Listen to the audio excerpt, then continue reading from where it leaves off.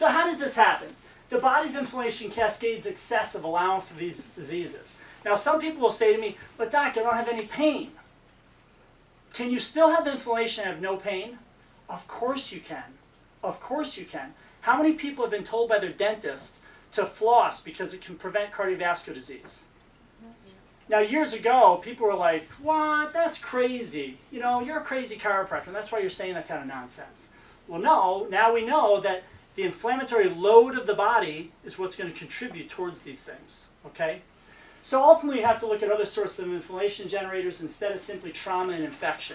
Now, is it important for the body to get inflamed when you have trauma?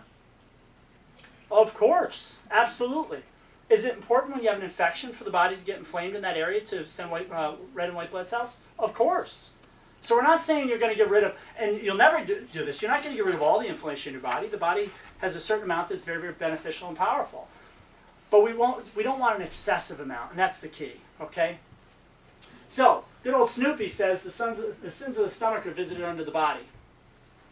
Pretty true, right? Michael Ian drew that.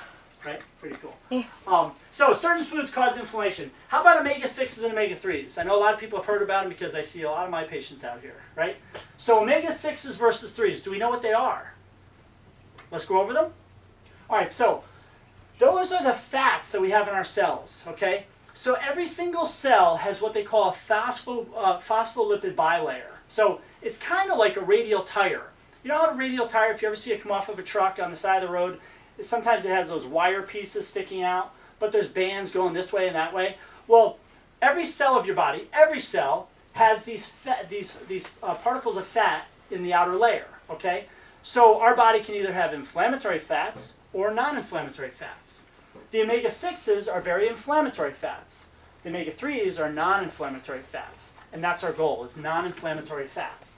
So the 6s are pro-inflammatory, 3s are anti-inflammatory. The ratio in this country is simply off. Now, I used a very, very conservative number. I've seen numbers of up to 144 to 1. I use 20 to 1 in this country, okay? That were 20 omega-6s to 1 omega-3. Now, why do you think that is? What do you think the omega-6s are? Which food groups? McDonald's. Awesome. Absolutely. Let's look at it, okay? This is kind of a neat picture I found many years ago, and I still love it today, even though it's kind of beat up a bit, okay?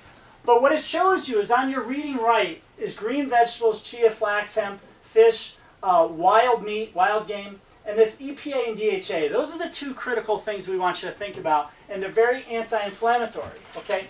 Now, we look at all of our grain products, okay? Do we love grains or what? Absolutely. Come on, who does not love grains? We love grains. I'm a runner, okay? So I was taught to eat pasta. If you don't eat pasta, you can't run at all, right? How about our cookies? All of our corn oils, okay? All these types of fried foods. There's our burger, okay? They're all going to push GLA, DGLA, and basically push this pro-inflammatory state. And ultimately, and this is one idea behind cancer, just one of the many ideas behind cancer, is this PGE2. And PGE2 is one of the things that they speculate is one of the precursors to cancer cells, okay? So we don't want to push this side of the pathway, would you agree? What do most Americans do? Push the left side of the pathway. 1 in 4, depends on the reference you read, 1 in 4 to 1 in 3 are getting cancer in this country. Now, I hate to say it, but if you look to your left and you look to your right, somebody's getting cancer, right? What do you think? Do we need to push this way?